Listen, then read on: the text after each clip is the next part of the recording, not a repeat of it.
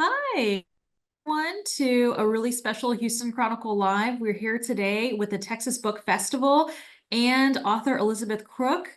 I see a lot of you guys, attendees coming in now, and if this is your first time joining us, what we'd like to do is have everyone write in the chat where you are joining from today. So if you're coming to us from downtown Houston, from Katy, from Sugar Land, League City, we'd love to know which neighborhood, part of Houston or Texas, you're joining in from.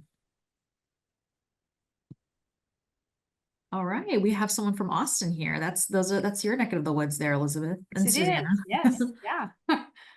Clear Lake, Seabrook, love it. A lot of Austinites here today, it seems.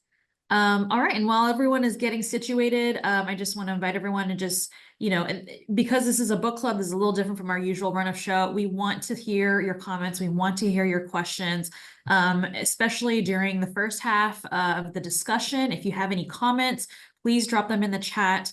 We hope to share as many of these as possible. And of course, we'll have a time at the end where we'll ask questions to Elizabeth.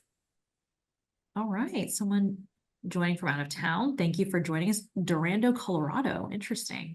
That's great. And while everyone's getting situated too, I just want to thank our sponsor, Libro FM. Libro FM is an audiobook company, and the cool thing about it is that the proceeds go directly to your local bookseller. So when I set up my account, I selected Blue Willow, which is, of course, a fan favorite here in Houston. Sarah, I know that's one of your favorites.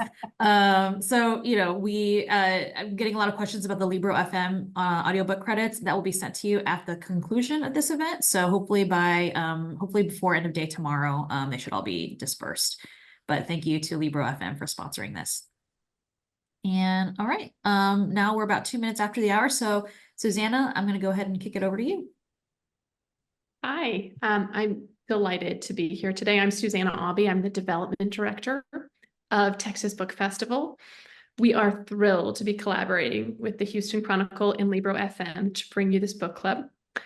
For those of you who don't know Texas Book Festival, we're a 501c3 created in 1996 by then First Lady of Texas, Laura Bush, with a mission to connect authors and readers throughout Texas. We do this with our free annual book festival in downtown Austin and the Texas State Capitol, featuring 250 plus of the year's most interesting authors. We feature a broad lineup with something for everyone. This year's festival will be the weekend of November 16th to 17th. We also have free year-round literary programs, such as this one. We award $100,000 in library grants throughout the state with an emphasis on rural areas. Our grants are intended to fund new collections that meet the unique needs of each community. And finally, we provide 16,000 students in underserved schools and programs each year to award-winning authors and books of their own through our Reading Rockstars and Real Reads programs in Houston, Dallas, Fort Worth, El Paso, Rio Grande Valley, Austin, and starting in 2025, San Marcos. We hope you'll follow us by subscribing to our newsletter and social media. And please, please, please come to the festival this fall, November 16th and 17th. It is my great, great pleasure to introduce the beloved Texas writer, Elizabeth Crook. Elizabeth is a dear friend, and she plays an important role in the Texas book and writer community and has long been involved with Texas Book Festival. Elizabeth is the author of 6 books, including The Night Journal, winner of the Spur Award from Western Writers of America, Monday, winner of the Jesse H. Jones Award from the Texas Institute of Letters, and her previous novel, The Which-Way Tree, which is currently in development as a film with the screenplay she co-wrote with her friend and fellow Texan writer, Stephen Harrigan. Elizabeth was the 2023 recipient of the Texas Writer Award, which is another program of Texas Book Festival, where we recognize the achievements of writers who are from, currently reside in, or write about the glorious state of Texas. Elizabeth grew up in Texas, and her roots inform her work. Western sagas with themes of revenge, grit, loyalty, and love. Her novels sing with a sense of place and time, and they're informed by prodigious research. The Madstone happens to be my favorite, and it's told in the voice of an unforgettable young man who we first met in Elizabeth's 2018 book, The Which-Way Tree. It isn't necessary to have read The Which-Way Tree to immerse yourself in the Madstone, but once you meet and fall in love with Benjamin Shreve, I think you'll want to delve into it. This book is told in the form of a letter when it opens in November 1868 in Comfort, Texas. Benjamin Shreve is writing a letter to the young boy whose adventure is the focal point of the novel. Elizabeth, would you please set the stage and introduce us to Benjamin and the world of the Madstone by reading the first page? Yes, but I want to first say thanks. I mean, having been to every single book festival except for one, I can attest to everything that Susannah said about how great it is. And so y'all come to Austin for the next one in November. And I also want to apologize. I hear that my dog is snoring, and if I put him out of the room, he will howl at the door and it will be more disruptive. But there's not like somebody snoring on my couch or something. If you hear him making noises, that's just where he lives all day. So and thank you to Lepro, and thank you so much to the Houston Chronicle. I was really, just surprised and honored to be selected to do this. And yes, I'll read that that first page and a half. So, Comfort, Texas, November 1868. Dear Small Tot, I hope to lay down these events in a manner helpful to you concerning some days you will probably not fully remember when you get older. I think you will want a clear idea of what occurred. It is plain to me I should do this, as otherwise you might worry over too many hard questions you can't ever answer. I will arrange for this account to come to you when you are 19 years of age or greater, not sooner, there being sundry adult matters involved in it.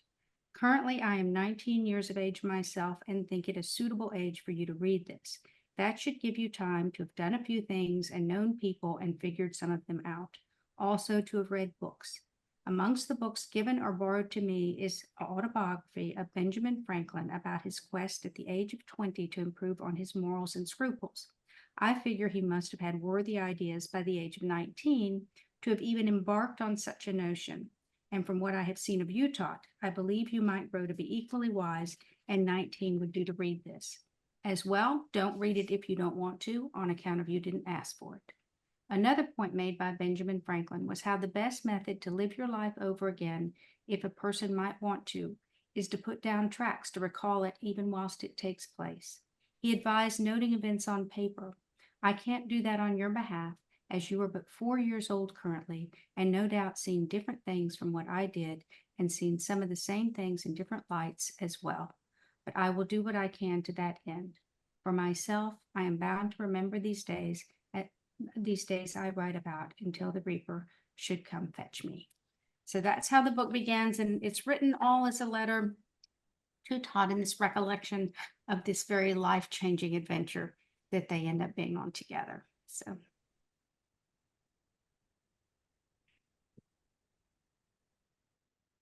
Well, thank you so much, Elizabeth. I'd introduce myself. I'm Sarah Smith. I'm one of the senior reporters at the Houston Chronicle. I was not selected for this for my public speaking, so y'all will have to forgive me. I was picked because I am known as the Office of Book Nerd. Especially to all y'all in Houston, I hope everyone's doing okay after Burl, and I'm particularly excited to be able to have this moment now because I always find that when the outside world is a little bit too much, I get my piece in the fictional world. So I'm very appreciative of being able to be in this headspace right now.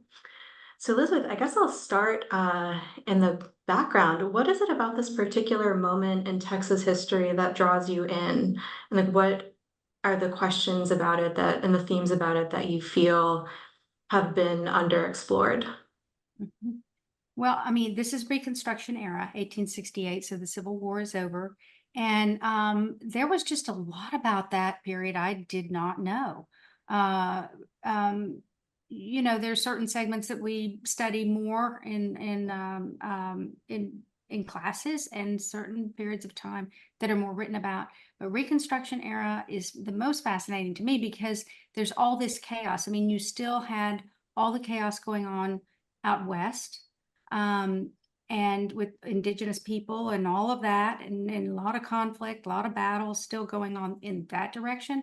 And then you have You know, the Civil War had divided much of the population of Texas, and that a lot of the people who settled in the hill country where Benjamin is from were German settlers who were opposed to joining the Confederacy. A lot of them had just tried to escape down to Mexico so they didn't have to conscript in the army and be conscripted in the army.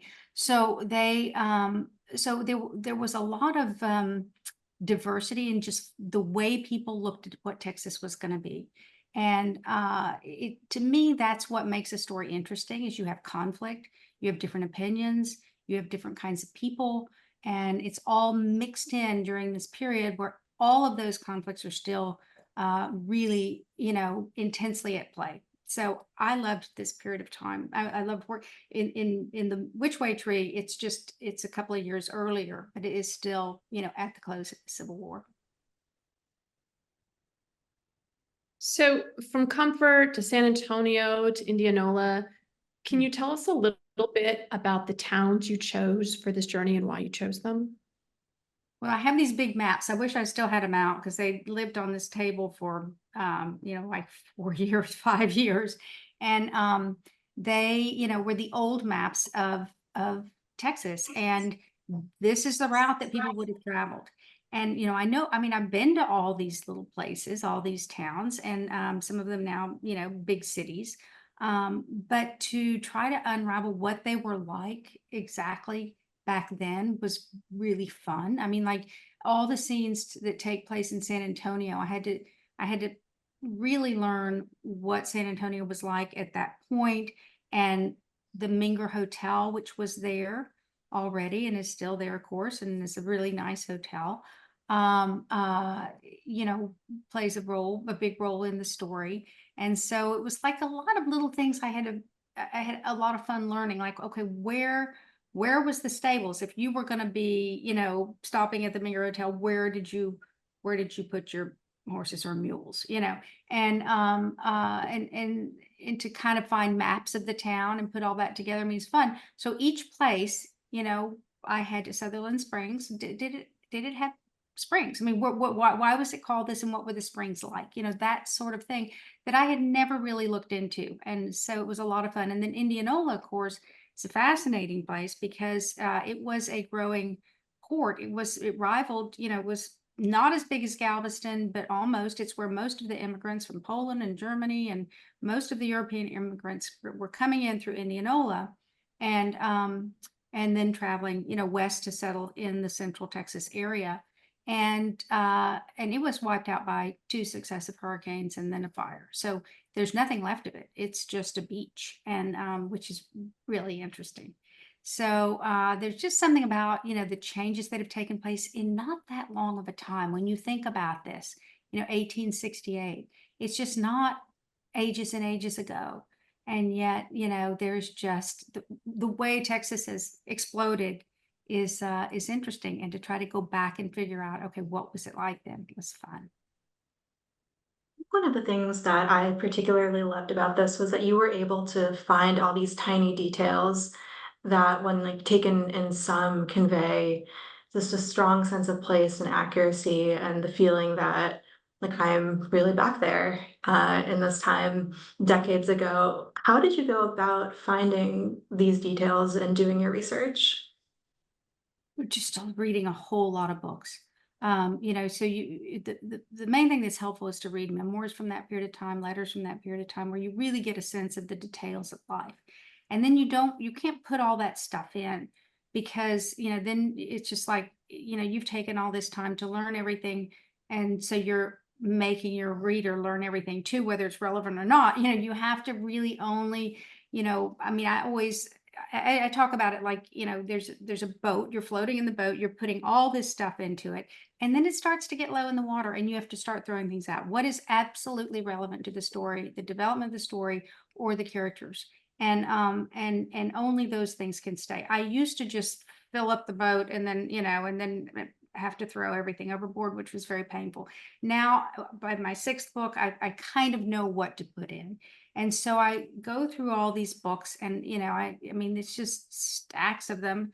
and, on a really obscure things, so you have to, you have to know about the weaponry there. You have to know, obviously, all about the vegetation. And I grew up in Texas, so that part isn't hard, but you have to know how people traveled. You have to know what each place, each city is like, and just, just the details. And then you have to know what's relevant and what's not.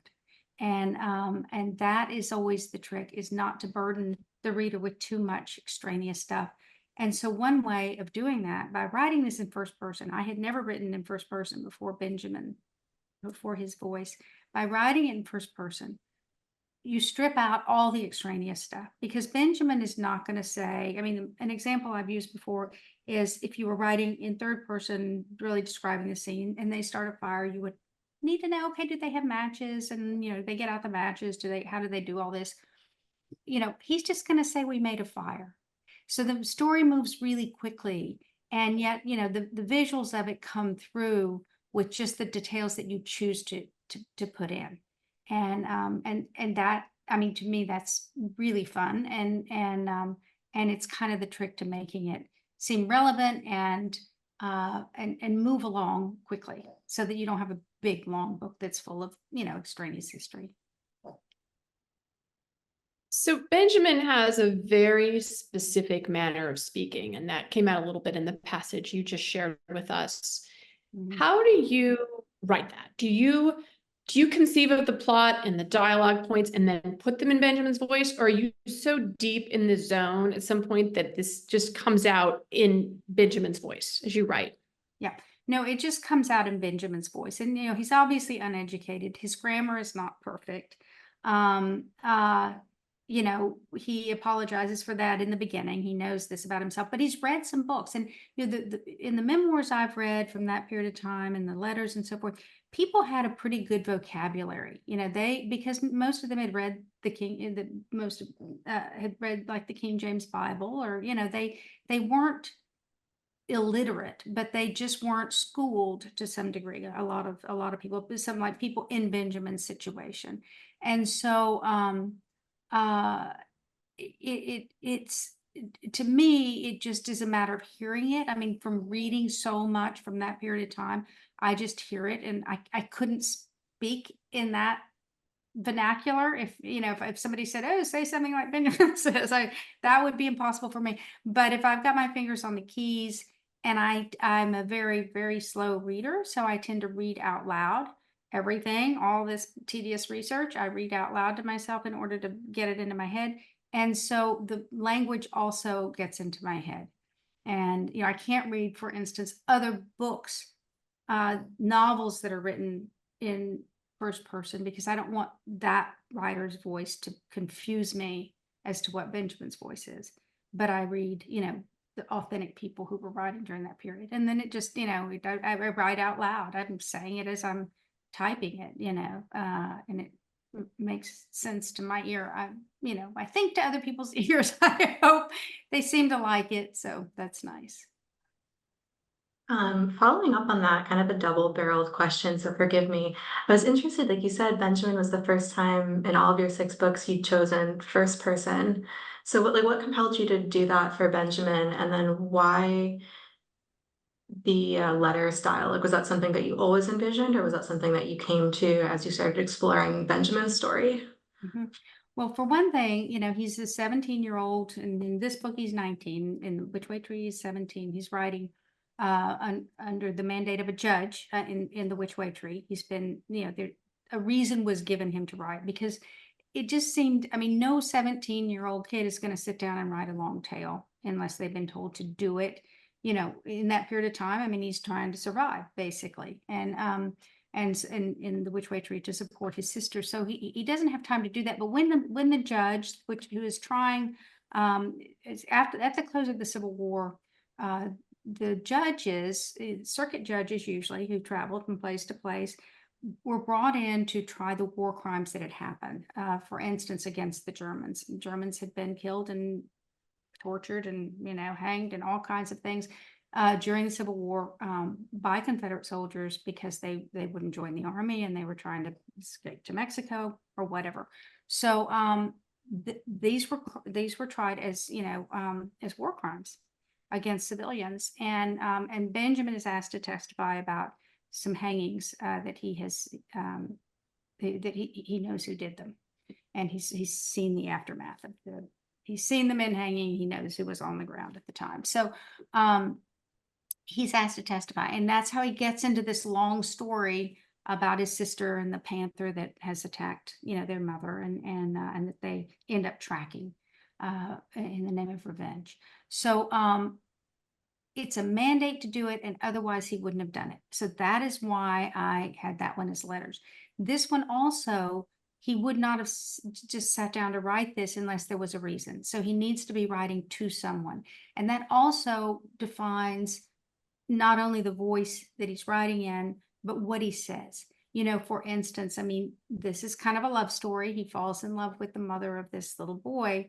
And so there's that underlying romance, but how he's going to temper that when he's writing it to somebody who will be 19 when he reads it, because he's not, he's arranging for him to receive this when he's 19 years old.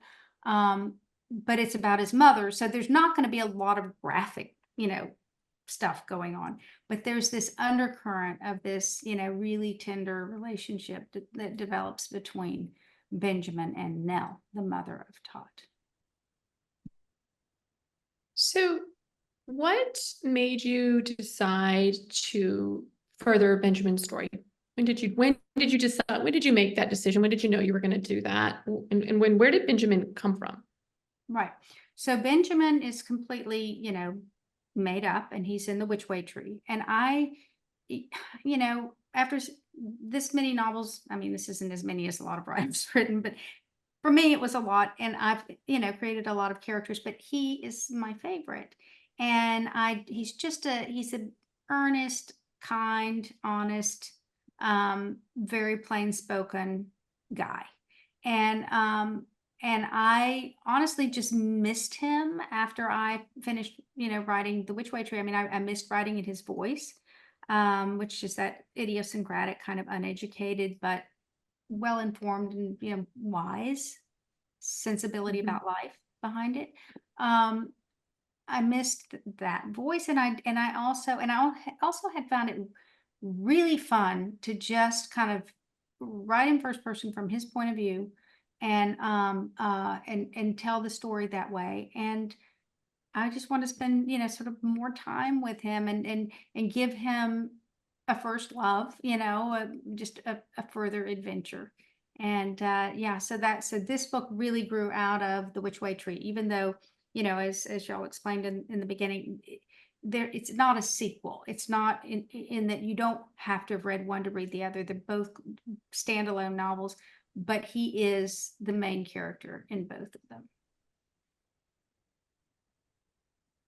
Be someone who, do you feel like you outline ahead of time, or do your characters totally surprise you, or are you somewhere in the middle, like as you go through this process? Yeah, I don't think things out very well in the beginning. I usually, even with the plot, it's just, I can get to the end of the chapter and have no idea what's going to happen next. I mean, I sort of know where everybody's going to end up. I kind of know the road along the way where they're going, but when there has to be, when they're in a really tight spot and I have to sit down and think, what's going to happen next, it's more, what would these people, being who they are, actually do authentically if they were real people? Because I always want my characters to behave as they would if they're real people. Once they stop doing that, I stop believing in them. I stop caring about them, because why? They're not real. So you have to feel like, these are real people, and they're behaving realistically. So then you think, okay, what are they going to do? What's going to happen next? How are they going to get out of this? So it's doing that all along the way. And in doing that, these characters begin to really, really define themselves. And they're, I mean, in my first books, I had to get rid of I would have too many characters. I would have to, go back and strip them down, just strip the books down, strip the characters out, and simplify. But now both of these books have a very small cast of characters. And so it's easy to keep track, and they're on a very linear path. So it's a really easy read. And the characters, by the time I define them chapter by chapter. So I'll write chapter 1, and then I'll go back and revise it. And then I'll write the next chapter, and then I'll go back and revise those 2. So by the time I'm getting to chapter 3 or chapter 4, I really know who these people are. And then it's a matter of every scene deciding how would they behave given who they are. Does that answer what you were asking? I'm not sure, it got long. So It seems so. I love the idea of like you're creating these people, but they're also creating themselves and their own story, like as you move along with them. mm-hmm. Yeah, no, they do, because once you know them, you know, it's just a matter of figuring out, okay, this is Nell. What's she gonna say here? What's she gonna do? What's her reaction be? What is she feeling? Realistically, and I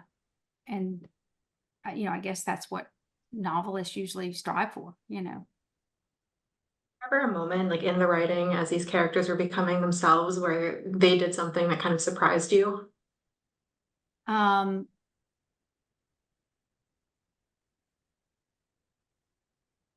don't know. I mean, here's the thing. As a writer, you're really pulling all the strings. So you're making it all happen. And I can't say, and you're very aware of making it happen. So I can't say that any of it surprises me. The characters as they develop, sometimes take on characteristics that I didn't know they were going to have. And they sort of become more, who they're going to be through all the revisions. But by the time you're really dealing with them in scenes, you are very aware that, I'm very aware that I'm doing this. I mean, it's one of the reasons I do not mind, and frankly kind of enjoy writing violent scenes, because I'm pulling those strings, and I know exactly how I want to play it. And whereas I don't like reading violent stories by somebody else or watching really violent movies because somebody else is in charge and I don't know what's going to happen. So there's that sense of control that you have when you're doing it yourself, which gives you peace of mind, because nothing's going to happen that you don't allow to happen. Does that make any sense? Okay. So, Elizabeth, women in Texas seem to be at the heart of many of your books. And I know you're friends with many great Texas novelists who tend to write sort of men-centered books. Mm-hmm. Do you feel that you're helping to fill a gap in Texas literature? And are there specific authors who've influenced your work? I mean, there are authors like Stephen Harrigan, who's my best friend, and he's had a great influence on my work because he reads my drafts and critiques them and all of that. We tend to share our work as we're writing. And I'm interested to hear you say. I mean, I think of my books as having even keel between male and female characters, and in The Witchway Tree, for instance, Samantha, who is half Black, she's mixed race, and this is Benjamin's little sister. And she, she's the only girl in the whole thing. She's little, she's mixed race, she's disfigured by this panther, and she's a girl. So by all standards of the day, she would have been powerless. But Mr. Pacheco and Preacher Dobb and Benjamin all do her bidding at every turn. She's dictating what's happening simply by the force of will, and because it's her need for revenge that's driving the story. So I love the fact that she has this forceful power. She's kind of a pill. I mean, a lot of readers say, I love Benjamin, but Samantha, but that's what's so great about her, because she makes all of it happen just because she is so single-minded. So yes, in a lot of ways, often the women, sort of drive the story. But I think of my books, when I think back on the characters in Promised Lands and, some of those early books, it is often the men that I remember the most as far as just the population of the books. Mhm. I think your women are pretty unforgettable though, too. I mean, I love what you do with women in books, and I see that. And of course, I have a big crush on Benjamin Shreve, so I can relate to that. Like he is the one who stays with me. But I do. Samantha is totally unforgettable, and who could conceive of a person like this, who is so seemingly unlovable, and yet the people in her world seem to really care about her survival. Yes, yes. There's a trick to that you pulled off. And Nell And in the Madstone, I love Nell, because she's a very quiet strength. She's a very soft-spoken person, and she has suffered through a lot. I mean, she's trying to escape from her husband because, and this was another thing I did not know about Reconstruction era, there were these gangs of people, and then this particular gang was a real gang called the Swamp Fox, and they were, they basically hid out in the swamp areas of East Texas and preyed on the freedmen and freedwomen and the people, of the Freedmen's Bureau, the government officials who were sent down to enforce the laws after the Civil War was over. And they murdered the main, guy in the Freedmen's Bureau who plays a role in this book. But she has become very gradually aware of what they're doing and of their really heinous crimes. And she's filled with a lot of guilt about when did she actually go from kind of suspecting to knowing. And so she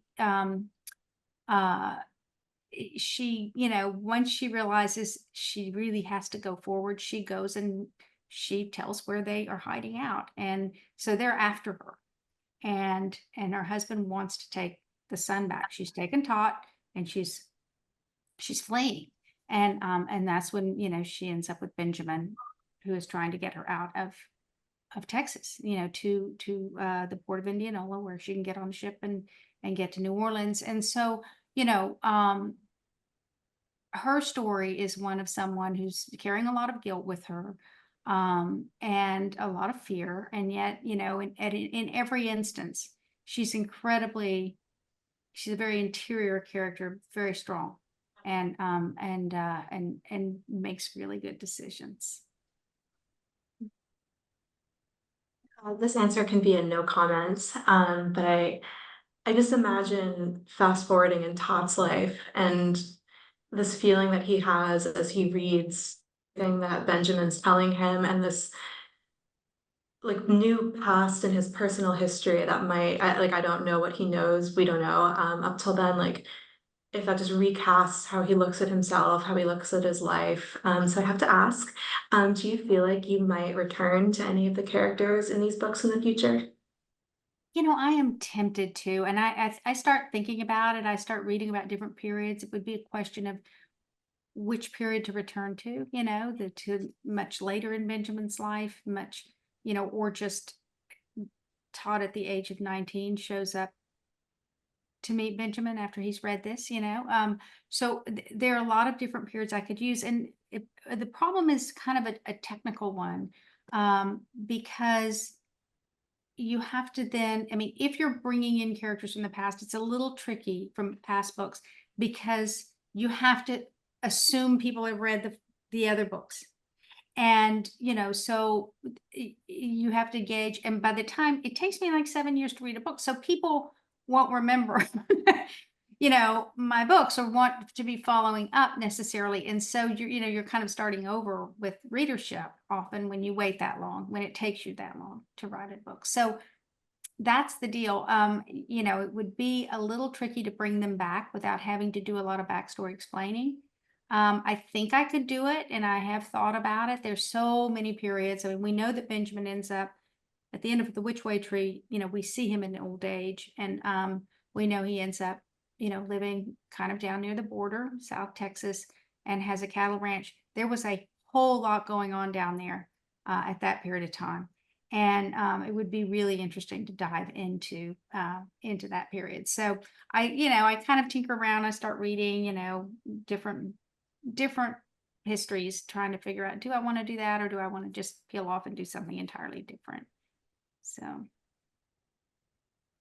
I've always thought I could write 7 pretty good books in my life. This is number 6. So I can probably get out another one. You start looking ahead. Your life is the career, and like, how much time do I really have? So, Something tells me you won't be satisfied with just one more book. yeah, maybe not. Maybe not. Elizabeth, because this session is so generously sponsored by our friends at Libro FM, I do want to just ask you a little question about the fantastic audiobook adaptation of the Madstone. Mm.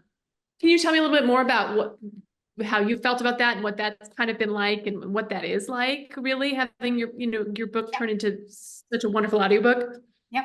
So it's the same reader as did The Which Way Tree. So Benjamin has the same voice. And when they were gonna, when I knew they were gonna do an audiobook of The Which Way Tree, this is Hachette. My publisher is Little Brown, which is owned by Hachette. So it's Hachette, who did the actual taping. I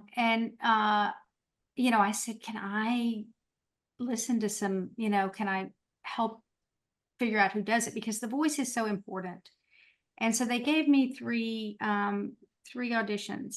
And I mean, all the people were really good readers, but they were not right for the part. So the first one was, two were not right for the part. The first one was very, very Southern, which was all, to me, wrong to my ear. I mean, we in Texas hit our R's really hard, and this was the soft Southern, And so I thought, no. And then the second guy was very peppy. Well, Benjamin is so understated and deadpan, throughout. And part of what he says is really funny because he's not trying to be funny. It's just that he's so dutifully recalling events, and they're often gruesome events, but he just lays them out.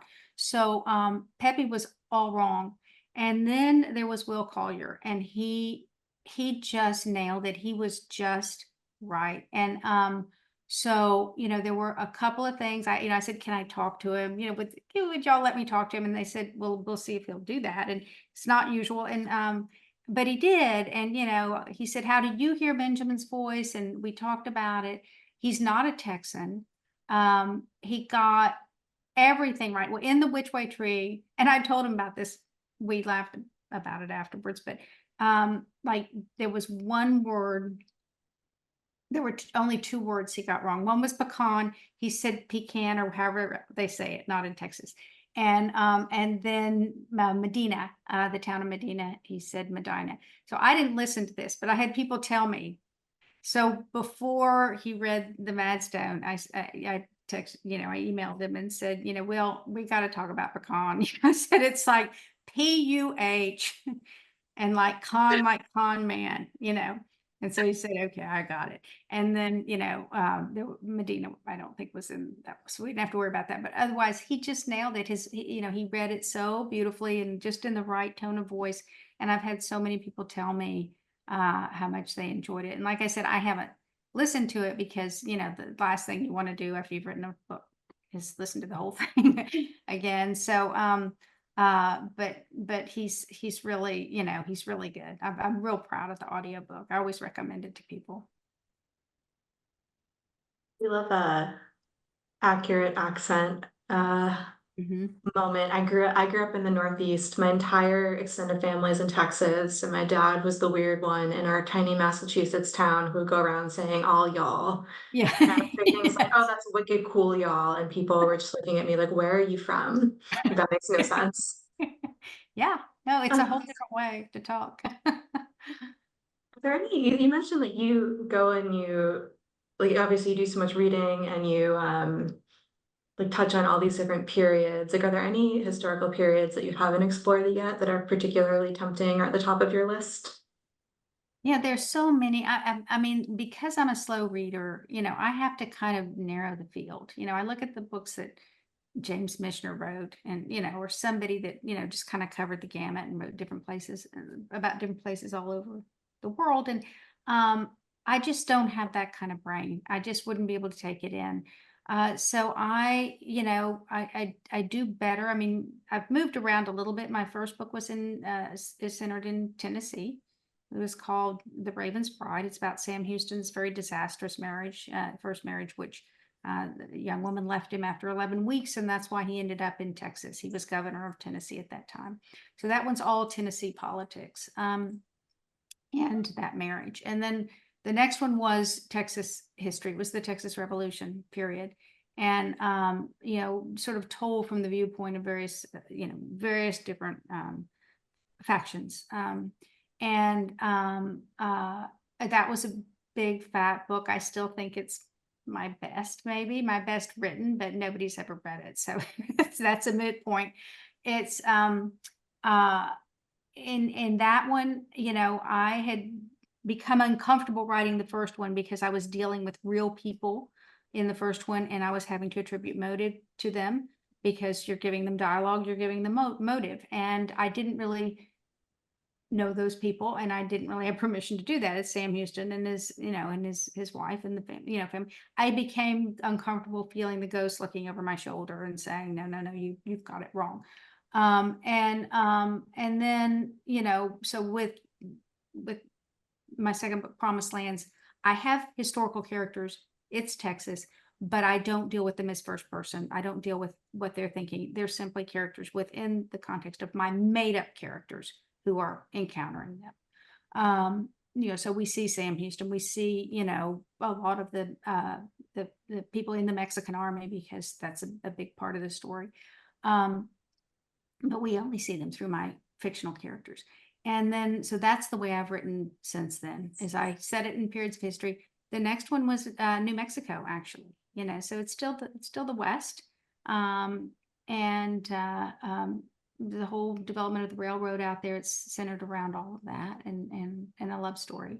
And then these two, well, Monday actually was in 1966, the shooting from the tower, from the UT Tower, and some of the people involved in that. So my characters are involved in that. And so it sort of is different periods and sort of is different places, but there's a certain similarity to the landscape, sort of, and the sensibility of, who these people are and where they come from. Those things remain somewhat similar. And then, of course, with these last two, they're both very, they're same place, same time. Yeah, same people. Yeah. We have a bunch of wonderful questions from the audience. So I think Sarah and I will start sharing some of these questions with you. Mm-hmm. I'm going to start with this one. Do you think your books are contributing to a revised understanding of Texas history and in the history of the West? If so, how do you choose the topics to introduce that might go against standard thinking? Yeah, so I do think they are. I try to put my characters in the time frame and have them behave as people of their time rather than people ahead of their time. So they definitely reflect the mores and everything of that period. There's not a falseness to them, explaining the things that we would now look back on as prejudice or whatever. They just are living in those times. But the story itself illuminates that whole thing, like dealing with the Swamp Fox gang in the Madstone. I had never heard of those gangs, and yet they terrorized mostly Northeast Texas during Reconstruction. And there were 3 of those gangs, and they killed a lot of people, a lot of, and they not only tormented the blacks, but if the white population was paying fair wages to black workers or whatever, they were in trouble with the Swamp Fox gang. So they really, and then they had their supporters who helped them hide out and who helped them get out of jail if they were locked up. So they kind of ran those towns lawlessly. And I didn't know about that period of time. You always hear about all the lawlessness out west. This was happening, in the Northeast. So by telling those stories, and in Promised Lands, you know, the story of the revolution is told through Latino characters as well as my, you know, Anglo settlers. And so you have a lot of crossover between the two. You can't write with a lot of judgment. If you start imposing our own sensibilities and judgments on the characters, it just strikes something wrong. So the characters have to be who they are, but if you develop them in the right way, they do illuminate the time period and the problems with the time period and the injustices and all of that. So yes, I do try to have all of that in there, because it's that kind of conflict that drives a plot forward. This is I'm sorry, Sarah, I was going to finish this question. Julie, this is from Julie Connor, who, an extension to that question is, do you have any thoughts about the current controversy about Texas independence, slavery, and the Alamo? Oh, wow. I hear lots and lots of opinions. I would feel, out of place trying to make comments on that kind of thing. It's just a very, very complicated political situation. And, we make a lot of progress, we make a lot of changes. People do learn, hopefully from mistakes of the past. And I think my part in that is simply to eliminate the mistakes of the past, in a way that's tenable, that doesn't sound didactic, or like a lesson, so, but it comes through, it percolates up through the story, hopefully. Yeah. And another reader asked a question in a similar vein. What do you feel most readers misunderstand about the historical setting of the period that you're working with? Yeah, I think that most people don't understand just how lawless. I mean, Texas had the reputation at the close of the Civil War of being the most difficult place to corral and contain, and get people to abide by the new laws, because it's a big sprawling state, and Texans did not feel defeated the way the West felt. I mean, the way the South felt defeated. I mean, the South had been, burned out and knocked down and, really left in shambles at the close of the Civil War. Texans had sent people to those battles, but the battles had not taken place on Texas soil in the same way. I mean, there were some, along the coast and things like that, but there, you didn't have the level of destruction. So the people in Texas did not really feel like the war was over, and they felt they could, continue. I mean, many of them did not release their enslaved people for way too late. I mean, they didn't even tell them they were supposed to be free. It was like there was denial and a lot of unfairness and injustice that went on in Texas that I just had never really studied that period of time. I had studied the standard things that you learn in school, and I, I mean, I had really good teachers, but I grew up a long time ago. I was in, seventh grade, taking seventh grade history class in, I think, 1971, so it's a long time ago. And there were just different lessons. So, it's interesting though. I had a teacher, a history teacher I loved, I still love, and in San Marcos Public Schools. And he gave us a bunch of books to read that did really show us some different, open our eyes to some different things than the standard things that a lot of teachers were teaching. And I had really good teachers in San Marcos. So one attendee said this, I love the addition of real life historic Texas figures and events in the book. I went down a Colin Baker rabbit hole after his character appeared. Who are some other historical figures you'd like to include or explore in the future? Oh, wow. Okay, so Cullen Baker was the Swamp Fox. He was the leader of the Swamp Fox. Really, really horrible person. Yeah, I just didn't even know about him. As far as others that I would like to explore, I mean, you just happen on those when you're reading. I haven't gotten far enough into my reading to know. But I did a lot of that in Promised Lands, my second book. There are a lot of characters in there that book centers on the Goliad massacre and how the South Texas ranchers at that time, who were largely Hispanic ranchers, how they were reacting to the war. Many of them were spying for the Mexican army, and as it was advancing, and so all of that comes into play.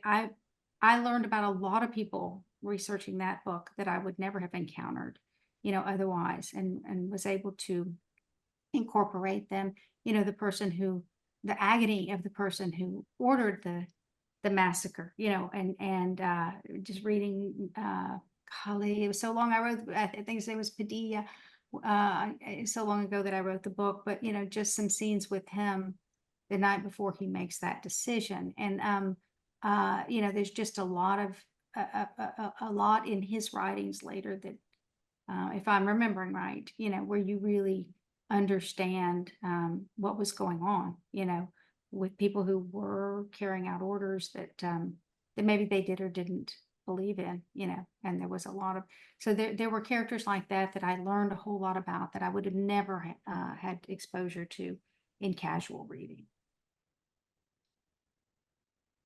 I will also flag, there are a few calls for a Samantha future and a Tot future. So I'm adding my voice to the future Tot brigade. Another reader was wondering if you have any dream casting for the main characters in the movie, particularly Benjamin and Nell. So for Benjamin and Nell, no, here's the problem. If you cast young people early, they change by the time you get the money, you get the movie off the ground. They're like grown up. So I try not to even dream that way. I do have who I would love to be Mr. Pacheco, Lorenzo Pacheco in The Which Way Tree. I do have who I would love to be, Preacher Dobb, but I don't want to say because and the guy that I would love to be Preacher Dobb is he's read the script, he likes the script, but we don't have the funding yet. So you have to make a solid offer to get them attached, because they're not going to commit to a certain time period when they don't know whether the movie's going to be made. So we're in that process. But he does really like the story and the character, and has said, let me know right when you yeah.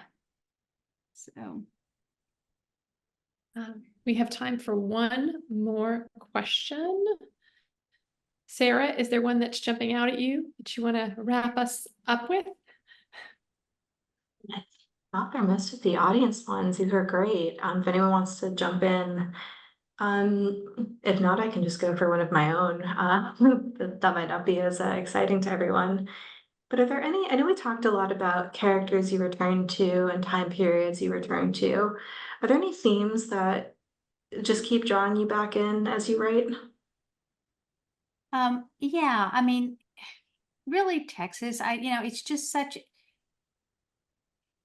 I mean, I love Texas. I have a lot of problems with Texas at the same time, mixed feelings.